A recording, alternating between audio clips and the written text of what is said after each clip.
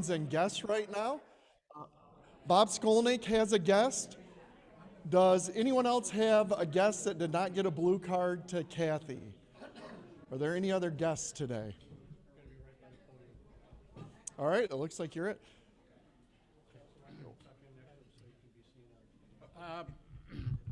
My guest today, is that okay? Okay. My guest today is Charles Nash. Charles has been a great friend of mine. He's a fellow county commissioner. He's vice chair of the board. But the best part is he's the father of our speaker today. So, Charles Nash.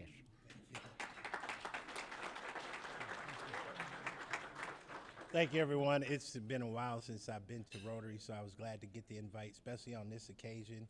And just so I can make sure I don't want to steal her thunder. I just want to be entertained and watch my daughter do her thing today. But thank you for the invite, and I'm hoping to become a permanent member one day soon.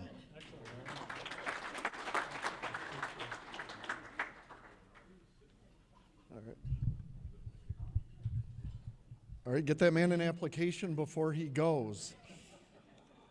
Marty Seitzema has our student guest. Come on up, Marty.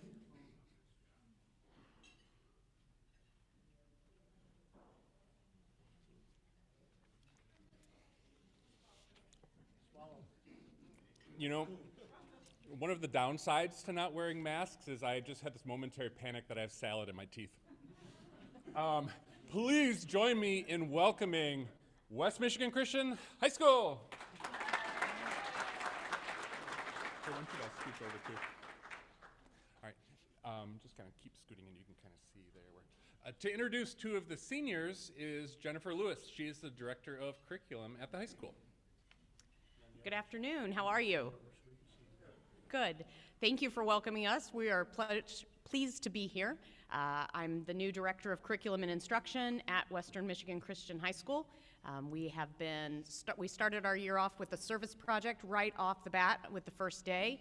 Our seniors and juniors actually traveled off of our campus and were out in the community helping serve others, and then our juniors and sophomores were inside our building working on a project. There were a variety of projects to work on, and then they worked on those at the building, and then we delivered those. So we've already started off our year loving on others and making sure that we're loving everyone inside of our community as well as outside of our physical building. I have two of our outstanding seniors. We have all outstanding seniors, but I have two of the special ones here today, and I'm going to introduce, this is Abby Vanderkoy.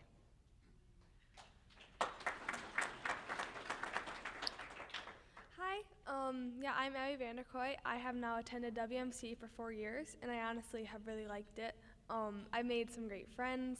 I have wonderful teachers that I really have pretty good relationships with, and I'm really close with them. I've also had the opportunity to run cross country and track the past 4 years, besides some COVID interruptions. But I have really enjoyed it. I have personally gotten very close with both my coaches, Coach Gould and Coach Artema, and that has been very fun. I had the ability to win multiple state titles in track and cross, and won Gatorade Player of the Year 2 years in a row, which was a huge blessing. And I've enjoyed the academics there. WMC works you hard, and I've gotten to learn a lot, though, and I'm very thankful for everything. Thank you. Oh, yes. I am planning to become a nurse. And I am planning on staying in-state for college, and potentially Grand Valley or Michigan or Cornerstone. That's what I'm thinking. Don't know yet. And our next student is Ava Rotman. Hi, as she said, my name is Ava Rotman. I'm currently a senior at WMC. I've gotten to do a lot of exciting things this year, including running cross-country with Abby, and being on student council for the first time has given me a lot of new opportunities to grow my leadership skills. But the most exciting thing I've been able to do this year is my graduation project. I'm planning on studying landscape architecture in college next year, most likely at Michigan State. And I've wanted to use these passions to benefit my community, so I am partnering with Covenant Community Church to transform an empty lot in the Muskegon Heights area into a peace garden featuring native plants and a poured cement walkway. This project is very large, but it has allowed me to grow my leadership skills and connect with community members, and I'm looking forward to connect with more people as we move forward. Thank you.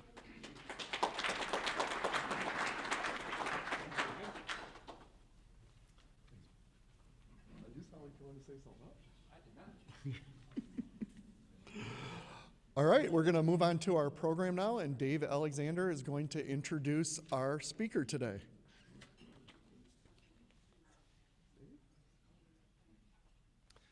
Thank you, Jason. I'm here standing in for Judy Hayner, who wishes she could be here for our presentation. Obviously, the inspiration behind the public art that is going on in our community.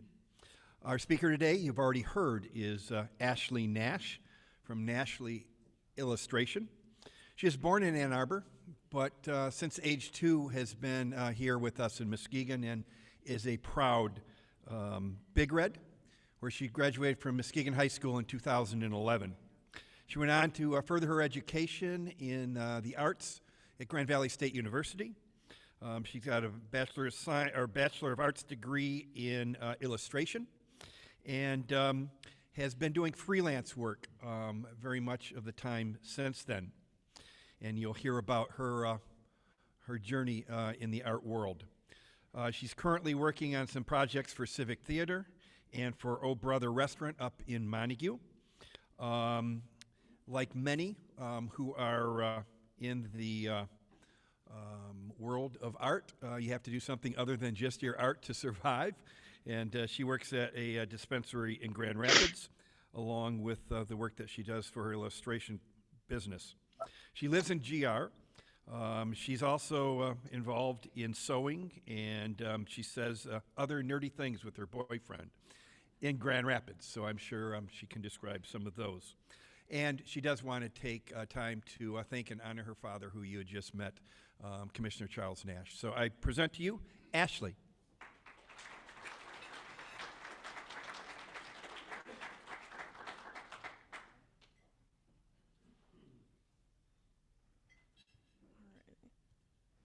Can everyone hear me okay? A little bit louder? All right. Can I move this a little bit? From a very young age, I've always been drawn to the unusual. I've always had an abrasive adoration of the unappreciated hidden gems. For as long as I could remember, I've loved the things that everyone would ignore, dislike, or just didn't seem to remember. But I always wanted to bring attention to them, to reestablish their public appreciation and value. Whether it was bringing new life to an old shirt from Goodwill or repurposing a mason jar with decorative beads, craft glue, and a candle, giving items new life and secondary purposes was something I always enjoyed. I was born in Ann Arbor, Michigan. My family and I moved to Muskegon when I was 2, where I grew up with my sister and attended Muskegon High School. In my younger years, my mother noticed my need to constantly create. She decided to nurse that. She made sure to get me involved in extracurricular activities, opportunities like the Poppins program, Blue Lake Fine Arts Camp, and Lakeshore School of Fine Arts are just to name a few. They taught me many of art's beginnings, such as painting, ceramics, and sewing. Many of these programs were funded by the community that surrounded me. My father noticed my love and appreciation of fantasy and mystical things. He decided to channel it with none other than video games, computers, and outdoor activities, like fishing, soccer, and biking. He knew with my short attention span and never-ending curiosity that those, and especially video games, would be a great tool to energize and spark my creativity. I learned to solve puzzles and issues both digitally and in real life, a skill that I'm not only incredibly grateful for, but have also taken on going forward in my everyday life. But as an adult at work, and an adult who still owns her Nintendo.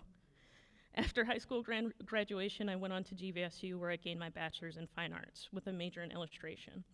I began classes with the mindset of, this is where I'll become better. I'll make bigger and better things. I'll become great here. Thanks to many of my professors who understood how my mind operated, they broke that immediately. They managed to leave an impact on me and paid attention to what I needed to succeed. There, my eyes were open to the endless possibilities of art, what it was and what it could do. I learned how to use these interchangeably. I learned how they could mix together, make something even greater. I was taught how art could stir an audience into excitement or motivate protesters to stand up against their reigning governments.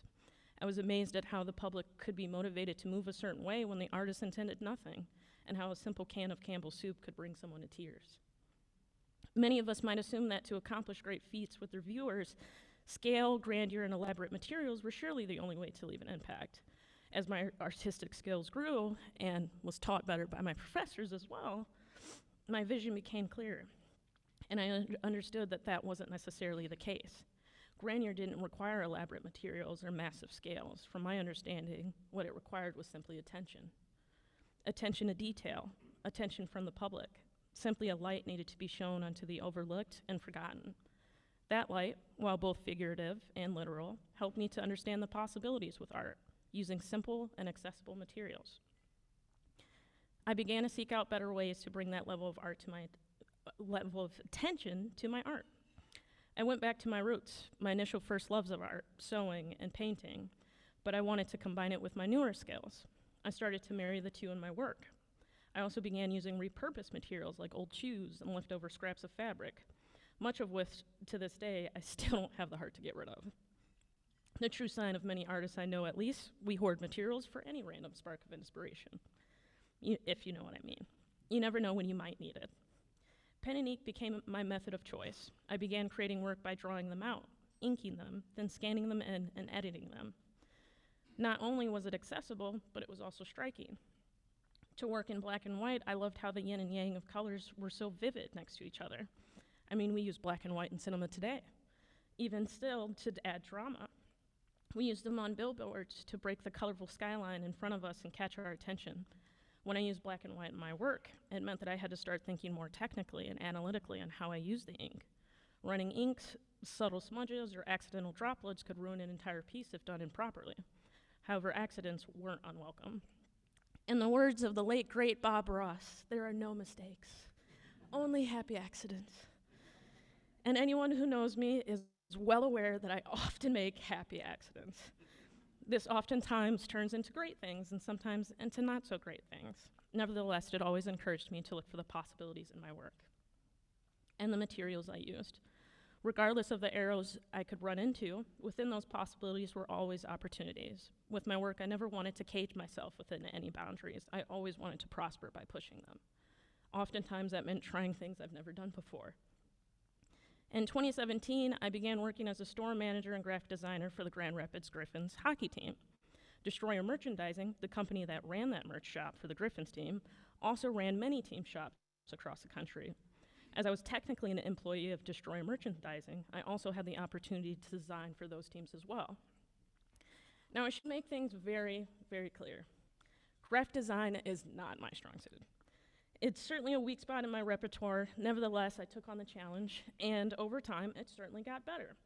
It was not my best, but it certainly wasn't my worst. After working there for a couple years, I moved on to freelance in addition to a new full-time position elsewhere. Though unwillingly, I drifted from my work.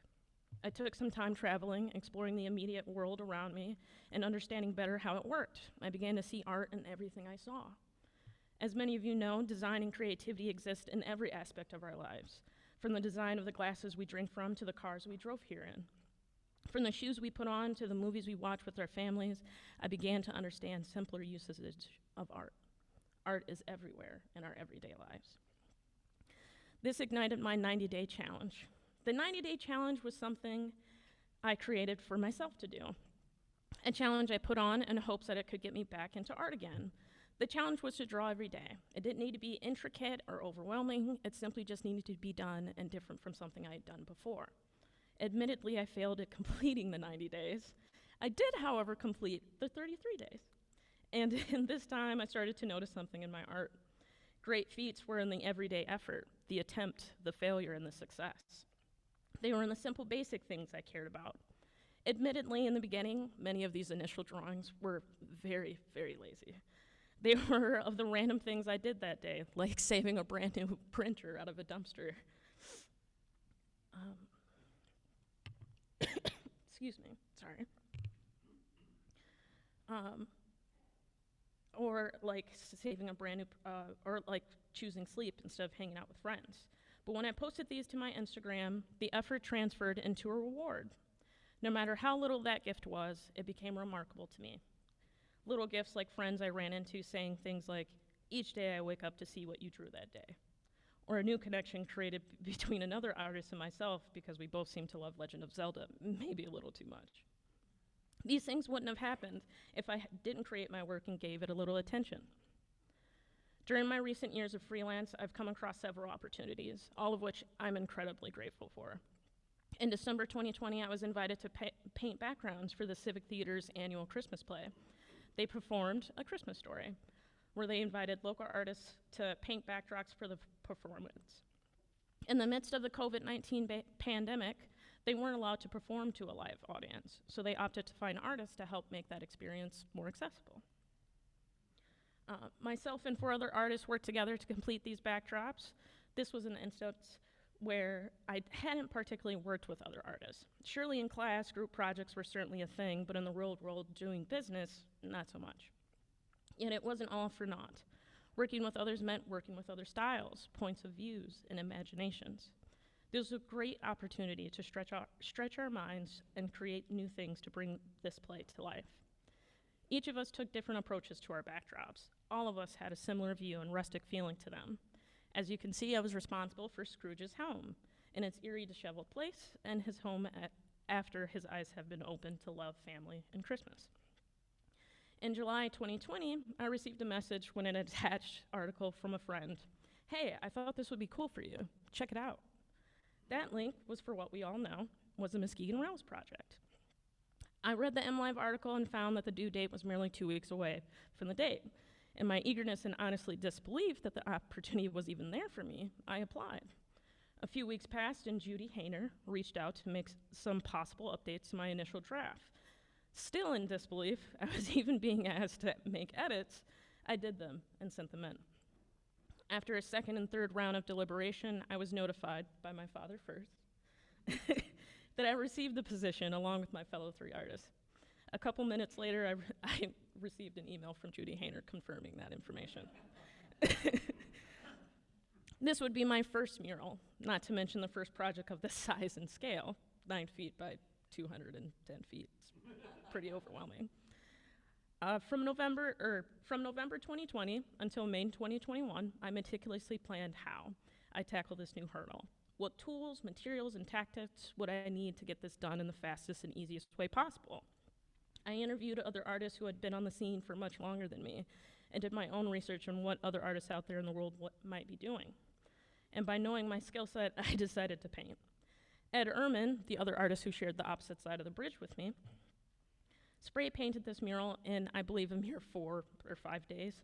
I, however, took much longer, by a little over 3 weeks. As competitive as I may have been to try and get close to his finishing time, my method of painting simply wasn't at the same speed. Ed also had about 10 years of experience over me, so that definitely counted too. He was extremely helpful on this project and definitely gave a few pointers along the way, such as using the boom lift, which I'd never even been near before. After he finished over the course of the project, overwhelming heat and unexpected delays also slowed the project down. Excessive rain meant I couldn't paint, and randomly cold days froze my hands from painting. And some days they were just excessive, just tired arms. One day, after crossing the median and unloading all of my gear into the lift bed, a downpour began, and I hadn't even laid a single brush on the bridge. But something amazing happened. Muskegon is a great city. Words of encouragement from the public were loving and aggressively thrown at me. Another morning, as I was just loading the lift bed with my paint supplies, a gentleman pulled over on the side of the road, complimenting me for my work simply because he's had to, and thanked me.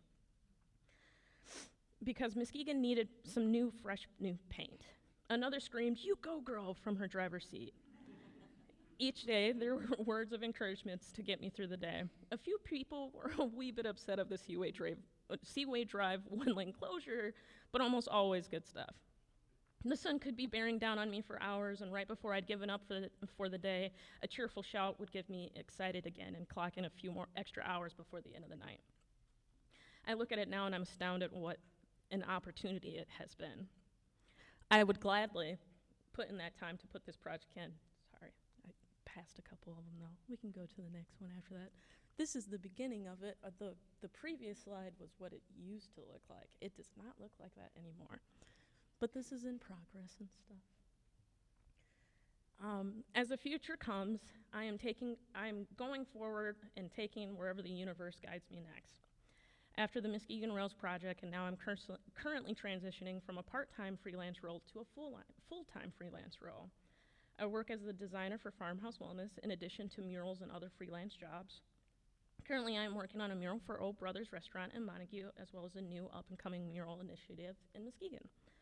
Hopefully, you'll be seeing much more of my work in the future. I certainly don't want to keep myself boxed within a set of rules. And going forward and hoping that I'll keep moving forward. Trying new methods, new combinations, and new interactions, and I'll always continue to search for opportunities and be open to the many possibilities they may hold.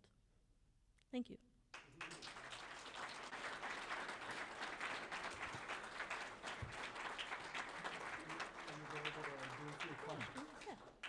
Ashley said she can answer some questions if anyone has any. Yeah. Chip? Nash illustration. If you could repeat the question. The question was what is my Instagram handle? It's Nashley Illustration, Nashley, and then illustration after that. Thank you. Inspiration for what you created on the bridge, and describe us what we're seeing. As far as the bridge is concerned, I really wanted to display to the public, for me, growing up in the city, what it represented to me. Many of the locations and the spot illustrations that you'll see on the bridge are places that I can remember in elementary and middle school visiting on a regular basis on school trips, or seeing on my way to school or going to soccer practice, just things that I know to be Muskegon. And I know everyone else who's here would also recognize immediately, so that anyone who's new coming into the city would see what Muskegon is made of, what created this city, what made this city who it is, and what it is, and where it came from. And I really wanted to spotlight that. I also used the colors from the Watch Us Go logo to try and unify that as well.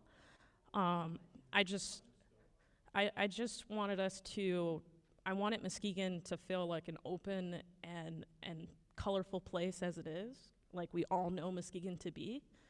And if it wasn't for the help of other people like Judy Hayner, especially, making sure that that point came across, we wouldn't have gotten here today, pretty much. This is sort of taking off of Dave's question. Can you name some of the illustrators that are particularly inspirational to you? For me, probably the biggest and most massive inspiration is probably Yuko Shimizu. She is a illustrator based in New York who also works in a similar method as I do, except she uses a traditional Japanese ink and brush, and she uses it in a traditional way, whereas I'm using typically like a pen nib and ink on paper as well. And then she does the same thing, scans them in online as well. But her work, her line work, is something that I've looked up to from a very, very early on phase. Another simple one is easily Van Gogh. Everyone knows Van Gogh. But he's always been an inspiration for me just simply because of his usage of color, as well as Monet. They both have similar styles as far as color usage goes. And it's something that I have very struggled to tackle. And it's something that I admire because it is something that I don't typically use, that I don't typically work in. But because of that, I admire it just as much, if not more. Thank you. It looks like you could have a clothing line as well. Thank you. That would be the dream one day. The dream one day is to have a shop and design every single piece in it and be able to sell it.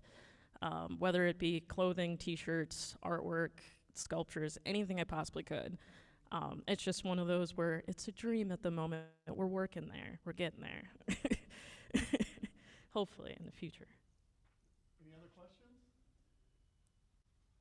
Let's give Ashley another round of applause. Thank you. Hang out there for a sec, just a quick sec. Ashley, I'm in awe of your art as a retired graphic designer who's never made anything bigger than 18 by 24 inches. Just the scope and scale of what you've done is really incredible. And I think you're my kind of nerd and artist because you had a Mr. T illustration. You also had a Bob Ross reference, and you had designed something for Cedric Mullins, the Baltimore Orioles All-Star. So you're kind of hitting on all the angles for me there.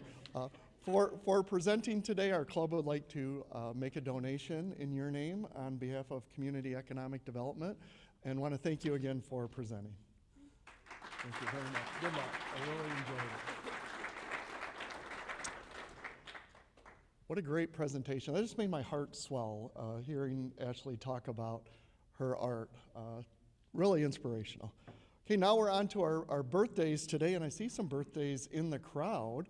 We have Sarah Pearson on the 21st, Adam Bell on the 22nd, Shonda Craig on the 23rd, John Nolling on the 24th, and Nancy Crandall on the 28th. So I know at least two of you are here today, so we're going to do some singing, and you can bring your $10 to Kathy Betts for our Caring Connection. Happy birthday to you. Happy birthday to you. Happy birthday, happy birthday. Happy birthday to you. Okay, we're going to go on to our Rotary Member Spotlight, and this is a feature that we've been doing since July to highlight our vocational avenue of service, one of our 5 Rotary Avenues of Service.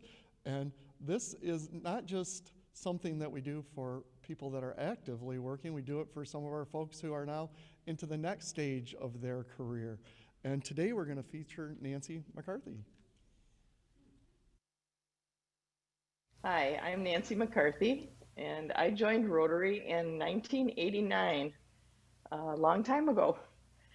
And I had become the new executive director of Visiting Nurse Home Care Services at the time in 1987. And at the behest of one of my board members, Ron Franzisi, he suggested I join this esteemed group of people. And at the time, you know, there really weren't very many women in the club. I think I was the 3rd woman admitted. And so it was interesting, but I have to say that I was given a warm welcome, and I really always felt like I was part of the group. I'm a retired nurse executive. I grew up in the UP, so I'm a Uper. Grew up in Iron Mountain, Michigan. And I went to college in Duluth, Minnesota, the College of St. Scholastica, received my nursing degree there. Got my master's from Wayne State University, and married Rich McCarthy in 1970, moved to Muskegon where he was a teacher, and I've been here ever since. going on 50 years here in Muskegon, last 20 years in Whitehall, actually. I have 3 adult children. I'm currently married to Ed Hunt, who I also met through Rotary. So I lost my first husband in 2003, and that was actually the year that I was the president of the club. Again, I was the 2nd woman to be the president of the Muskegon Club, and was really grateful. They were kind of my extended family at a very difficult time in my life. So I'm very grateful to Rotary for many things, for the community involvement, being able to be part of something bigger than just our own community, but doing good work in our own community, which is really very important.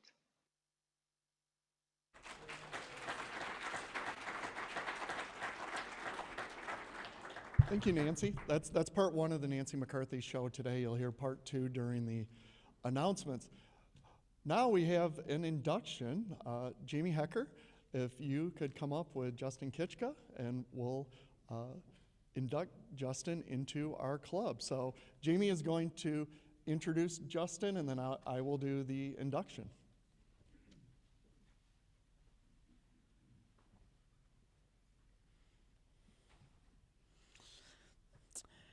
So this is Justin Kitchka, and I met Justin several years ago with his lovely wife, Catherine, and their son, Peyton, who was a baby then and is now in kindergarten. And I met him through the JC, so another young leader service organization, and happy to have him here today.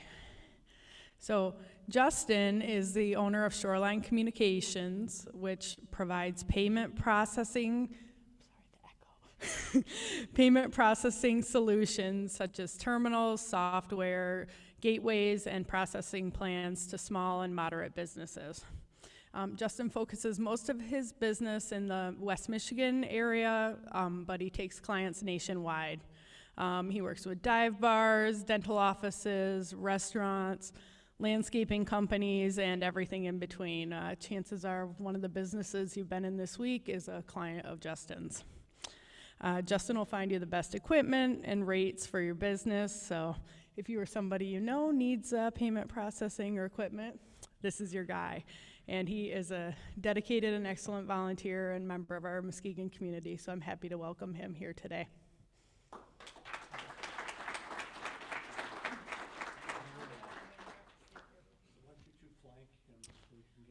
Yeah. Are we all in the front? All right, Justin, I'll do some induction reading here. Fellow Rotarians and honored guests, the Muskegon Rotary Club is privileged to induct a new member. You are beginning a great adventure in leadership, friendship, and service to the community and humanity. The Rotary Club of Muskegon has accepted you as a person of good character and high ethical standards with a heart of service. Your sponsor, Jamie, has invited you to be part of a worldwide organization dedicated to fostering service above self. It is through your own actions that you truly become a Rotarian. We encourage you to learn about Rotary by actively participating in the club, attending meetings, social events, and service projects. It is my pleasure to give you this pin by which your fellow Rotarians will recognize you in the community. We ask you to wear it proudly. I would also like to issue a challenge to share the gift that has been given to you and invite another person of similar quality to join our club. Do you accept this honor? Yes. All right. Well, 3 months you have to do that. I skipped that part. I think that was a Josh Wallace thing that we added. That was a thing there. The honor of becoming a Rotarian is only surpassed by sponsoring new members. Together as Rotarians, we work to enrich youth, ensure health, develop community, and promote peace. Everyone, please rise and welcome Justin Kitchka, the newest Rotarian in the world. You're welcome to say something, but you don't have to. All right, thanks a lot. Welcome to Rotary. All this great stuff is yours.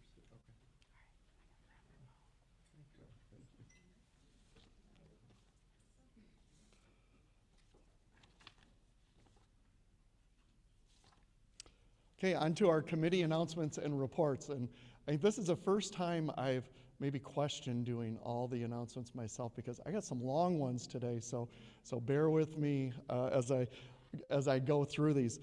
First, I have an exciting announcement, and it ties in really well with our program today. The Grants Committee met and considered 3 applications that were received and have awarded 3 grants from our Rotary Club. The first was $5,000 for Muskegon Public Art Initiative for the Massey mural on Mercy Health Arena. The second was $5,000 to the Beechwood Bluffton Neighborhood Association. It was a request for a fitness trail. And the other one was for the Lakeshore Art Festival for some assistance with programming for $2,500. So that is what your Rotary dollars are doing service-wise out in the community. So thank you to the Grants Committee. Also, we received an announcement from the City of Muskegon that Taste of Muskegon is Thursday and Friday, and they are still looking for. Oh my gosh, you're really keeping me on my kid. I hear it's Friday and Saturday. Dave Alexander, you were first on that with your two pieces to watch Muskegon Flare today, so you were all over it. So contact Corey Davis at the city for more information, and there'll be an announcement in the RIM as well. Our other announcement is from the DEI committee, Diversity, Equity, and Inclusion, and there are 2 new book discussions starting up. You can see Nancy McCarthy for more info. She has both books here, and you can get, the first one is Cast, and the other one is The Sum of Us. So there are 10 copies available at the Community Foundation, and do you have a couple copies today, or just those 2? I have them all here today. She has them all here, so you can get a copy. The meetings for the next few weeks. Okay. In between times, they'll be at the Community Foundation. Okay. If anyone, can I just get a show of hands, anyone who's participated in one of the diversity inclusiveness studies? So we still got some folks. I'm putting my hand up, but I haven't got in yet, so I'm going to get in on this one. So they're going to be doing it a little bit differently this time. We'll be watching a couple of TED Talks and then discussing those TED Talks throughout the month of October. And then in November, there will be some additional discussions for both of the books, and that will be held via Zoom. See Nancy for more information to get your book and to sign up. And thank you very much for heading that up, Nancy. I got sign-ups for the October sessions. This is for all you people that don't like to read. We're going to have you watch a little video, and then we'll discuss from there. But you know, as Maya Angelou once said, when we know better, we do better. So I encourage all of you to participate. All right, so see Nancy with those sign-ups, everybody. And the last announcement, be on the lookout in the next week for a president's survey. I'm going to be sending out a few questions just to get feedback on our meeting since we started meeting back up in person in July. It'd be great to have everyone participate and hear your feedback on our meetings, our programs, venues, and other stuff. So look for that hitting your inbox in the next week. Now we have our raffle. Eric Seifert, do you have a raffle? Yes, Eric does. All right, we have 20, 10, and 5. What order are we doing today? Well, I'm going to use the much celebrated Seaford Inside Out method and award $10 first, $20 second, and $5. Okay, we're doing 10 first. I don't know if I'm going to repeat the name of the method though. I'm going to ask our very talented speaker to pull the first page. Yeah, that off my hand.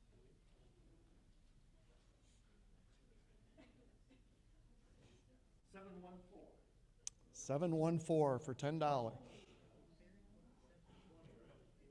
I think it is.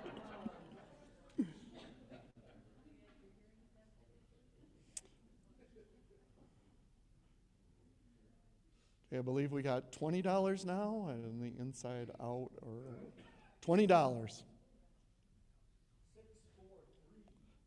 643. Pam Babbitt?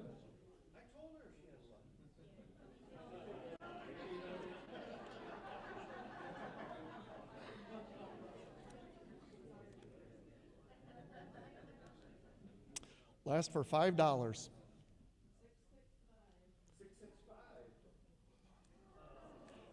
665. All right. Thanks everyone for taking part in the raffle. That brings us to the conclusion of our meeting. I want to thank our guests, Charles, Jennifer, Abby, Ava, Ashley. Congratulations, Justin. If you could hang out after the meeting by the exit, just kind of do a socially distanced wave to your fellow Rotarians to meet folks and welcome to the club. Next week we will be back at the Delta, and we're going to have another live program with Amber Peterson, who you may not know her by name, but you probably know her moniker. She's the fishmonger's wife, and she's going to be telling us about her business. All right, if everyone could please rise, we're going to do the four-way test. Of the things we think, say, and do, is it the truth? Is it fair to all concerned? Truth. Will it fair build to all goodwill and concerned, better friendship? will build Will goodwill it be and better beneficial friendship, to all concerned? will be All right, have a good beneficial week, to all everybody. concerned.